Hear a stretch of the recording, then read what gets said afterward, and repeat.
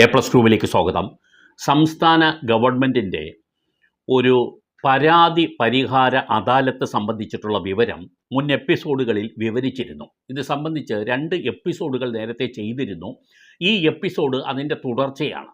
ചില ആളുകൾക്കുണ്ടാകാവുന്ന സംശയങ്ങളും വെറുതെ ചില ആളുകൾ ചില വിഷയങ്ങളുമായി ബന്ധപ്പെട്ട അപേക്ഷകൾ കൊടുക്കാതിരിക്കണം എന്ന് പറയുന്നതിന് വേണ്ടി കൂടിയാണ് ഇന്നത്തെ എപ്പിസോഡ്. ചെറിയ എപ്പിസോഡാണ്, കൂടുതൽ സമയമെടുക്കുന്നില്ല. എന്തായാലും ഈ പരാതി പരിഹാര അദാലത്തിലേക്ക് അപേക്ഷകൾ കൊടുക്കാൻ ആഗ്രഹിക്കുന്നവർ നിശ്ചയമായും ഇത് കണ്ടിരിക്കണം. കാരണം ഈ അദാലത്തിൽ എല്ലാ വിഷയങ്ങളും സംബന്ധിച്ച പരാതികൾ സ്വീകരിക്കുന്നില്ല. ചില വിഷയങ്ങൾ സ്വീകരിക്കാത്തതുണ്ട്. അതാണ് ഇന്നത്തെ എപ്പിസോഡിൽ ഉൾപ്പെടുത്തിയിരിക്കുന്നത്. അതായത് നിങ്ങൾ വ്യക്തമായും കേൾക്കണം, ലൈഫ് മിഷനുമായി ബന്ധപ്പെട്ട പരാതികൾ ഈ അദാലത്തിൽ, പരാതി പരിഹാര അദാലത്തിൽ നൽകേണ്ടതില്ല. പബ്ലിക് സർവീസ് കമ്മീഷനും സംബന്ധിച്ച വിഷയങ്ങളും നൽകേണ്ടതില്ല. വായ്പകൾ, ഏതെങ്കിലും ബാങ്കിൽ നിന്നുള്ള വായ്പകൾ എഴുതിത്തള്ളുന്നതുമായി ബന്ധപ്പെട്ട അപേക്ഷകളും സ്വീകരിക്കില്ല. പോലീസ് കേസുമായി ബന്ധപ്പെട്ട നിങ്ങളുടെ പരാതികളും ഈ അദാലത്തിൽ പരിഗണിക്കുകയില്ല. പട്ടയങ്ങൾ സംബന്ധിച്ചും ഭൂമി തരം മാറ്റം സംബന്ധിച്ചും ഉള്ള വിഷയങ്ങളും നിങ്ങൾ അപേക്ഷകളായി ഈ അദാലത്തിൽ നൽകേണ്ടതില്ല.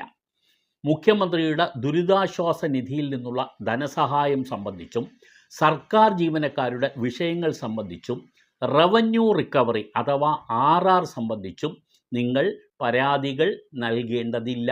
അത് ഈ അദാലത്തിൽ പരിഗണിക്കുന്നില്ല. വായ്പ തിരിച്ചടയ്ക്കുന്നതിന് വേണ്ടിയുള്ള സാവകാശം ചോദിച്ചുകൊണ്ടും വായ്പയിൽ ഇളവുകൾ അനുവദിക്കാനുള്ള അപേക്ഷകളും ഇക്കാര്യത്തിൽ സ്വീകരിക്കുകയില്ല എന്ന് അറിയുക. ഇത്തരം വിഷയങ്ങൾ ഒഴികെ ഉള്ളത് മാത്രമാണ് നിങ്ങൾ ഈ അദാലത്തിൽ അപേക്ഷകളായി കൊടുക്കാൻ ഉള്ളത്. അപേക്ഷകൾ കൊടുക്കേണ്ടത് മുൻ എപ്പിസോഡിൽ പറഞ്ഞിട്ടുണ്ട്. karudal.kerala.gov.in എന്ന പോർട്ടൽ വഴിയാണ് നൽകാൻ ഉള്ളത്. ഈ നേരത്തെ പറഞ്ഞ പരിഗണിക്കാത്ത വിഷയങ്ങൾ ഇത്രയുമുണ്ട്. ഇതൊക്കെ എന്തുകൊണ്ട് പരിഗണിക്കുന്നില്ല എന്നുള്ളത് സംബന്ധിച്ച് വ്യക്തമായൊരു വിശദീകരണം ഗവൺമെൻറ്റിൻ്റെ ഭാഗത്തു നിന്ന് ഉണ്ടായിട്ടില്ല. റവന്യൂ റിക്കവറിയുമായിട്ടൊക്കെ ബന്ധപ്പെട്ട് നിരവധി പേർക്ക് ഈ അദാലത്തിൽ ഒരു പരിഹാരം ഉണ്ടാകുമായിരുന്നെങ്കിൽ ഒരു ആശ്വാസമായിരുന്നു. കാരണം ഇപ്പോൾ ജപ്തി ചെയ്യും എന്ന് പറഞ്ഞ് ബാങ്ക് ലോൺ എടുത്ത ആളുകൾ പലരും തിരിച്ചടയ്ക്കാതെ വരുമ്പോൾ റവന്യൂ റിക്കവറി വരാറുണ്ട്. പ്രത്യേകിച്ച് അത് മുദ്രാ ലോണുമായി ബന്ധപ്പെട്ടും കൃഷി സംബന്ധമായ ലോൺ എടുത്തിട്ടുള്ളവർക്കുമൊക്കെ റവന്യൂ റിക്കവറി വരും. അതുപോലെ പലപ്പോഴും സർക്കാരിലേക്ക് അടയ്ക്കേണ്ട മറ്റ് പല നികുതികളും അടയ്ക്കാതെ വരുന്നവർക്കും റവന്യൂ റിക്കവറി വരാറുണ്ട്. RR വരാറുണ്ട്. വില്ലേജ് ഓഫീസിൽ നിന്നാണ് ഉദ്യോഗസ്ഥർ വന്ന് റവന്യൂ റിക്കവറി അത് എക്സിക്യൂട്ട് ചെയ്യുന്നത്. അത് പരിഗണിക്കില്ല. ലൈഫ് മിഷൻ, പാവപ്പെട്ടവർക്ക് വീട് നൽകുന്നതുമായി ബന്ധപ്പെട്ട എന്തെങ്കിലും പരാതികൾ ഉണ്ടെങ്കിൽ, ഇല്ലെങ്കിൽ പുതിയതായിട്ട് ഉൾപ്പെടുത്തണം എന്നുള്ളത്, അതും നിങ്ങൾ കൊടുക്കേണ്ടതില്ല എന്നുള്ളതാണ്.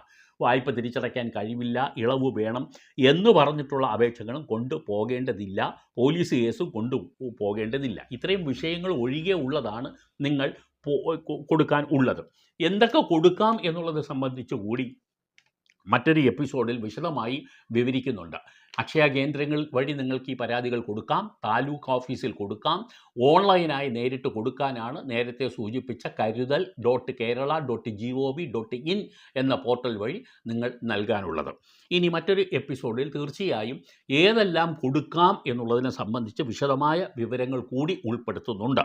എന്തായാലും ഈ അദാലത്ത് ഇപ്പോൾ അപേക്ഷകൾ സ്വീകരിച്ചു തുടങ്ങിയിട്ടുണ്ട്. 9-ാം തീയതി മുതൽ തന്നെ ഇതിൻ്റെ താലൂക്ക് തല അദാലത്തുകൾ നടക്കും. നിങ്ങളുടെ താലൂക്കിൽ എപ്പോൾ നടക്കും എന്നുള്ള വിവരം നിങ്ങൾ അറിയാൻ പ്രത്യേകം ശ്രദ്ധിക്കണം. അപേക്ഷ കൊടുക്കുമ്പോൾ വ്യക്തമായി നിങ്ങളുടെ മൊബൈൽ നമ്പരും മേൽവിലാസവും കാണിക്കുകയും വേണം. ഇക്കാര്യങ്ങൾ പ്രത്യേകിച്ച് ഒന്നുകൂടി ഓർമ്മിപ്പിക്കുന്നു.